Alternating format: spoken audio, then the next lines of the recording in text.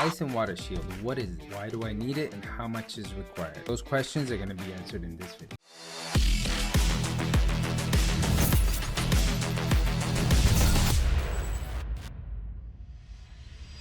So the ice and water shield, what is it? It's essentially a self-sticking product. It goes directly on the deck of the roof and it gets applied in the eaves and in the valleys of the roof, the most vulnerable parts. So it's tacky underneath, it self-sticks and it self-seals over time with the heat. And on the top of it, the black part that you see here, it's essentially a rubberized asphalt. So this protects your roof. It protects it from, as the name suggests, from ice and water. And it's a layer of protection and it's tight sealing. So it really is a much stronger protection than, let's say, the white paper that you see also on the screen, which is just the regular underlayment that gets applied to the rest of the roof, but the ice and water is really the one that gets applied in the vulnerable parts.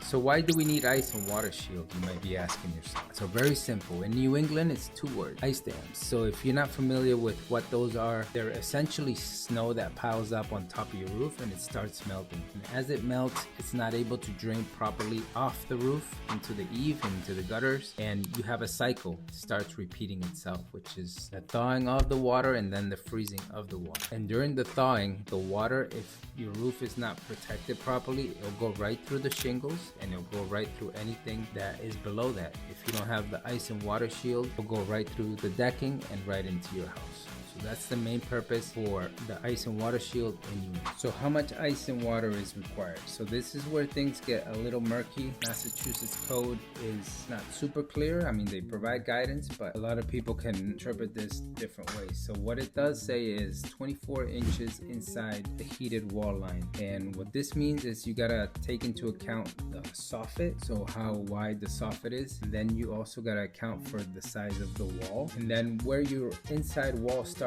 inside the house, that's where you would measure the 24 inches, but you would measure horizontally, not along the line of the roof. So to measure this, it's a little tough to do. I wouldn't recommend it. What we do at Peak Quality Roofing, we just install 2 rows. So 2 rows, you're pretty much always guaranteed that you can meet or exceed the code. If you install 1 row, you might get away with it because you also have to consider now the pitch comes into play. Depending on how steep or flat your roof is, you might need more or less. But we just don't take any risk. We always just install the 2 rows. A lot of roofers do the same, but you got to be careful with that. When choosing a roofer, make sure that they're going to meet the code, and it's added protection for you anyway. So just make sure that they're installing at least 2 rows of the ice and water shield along the eaves of the house.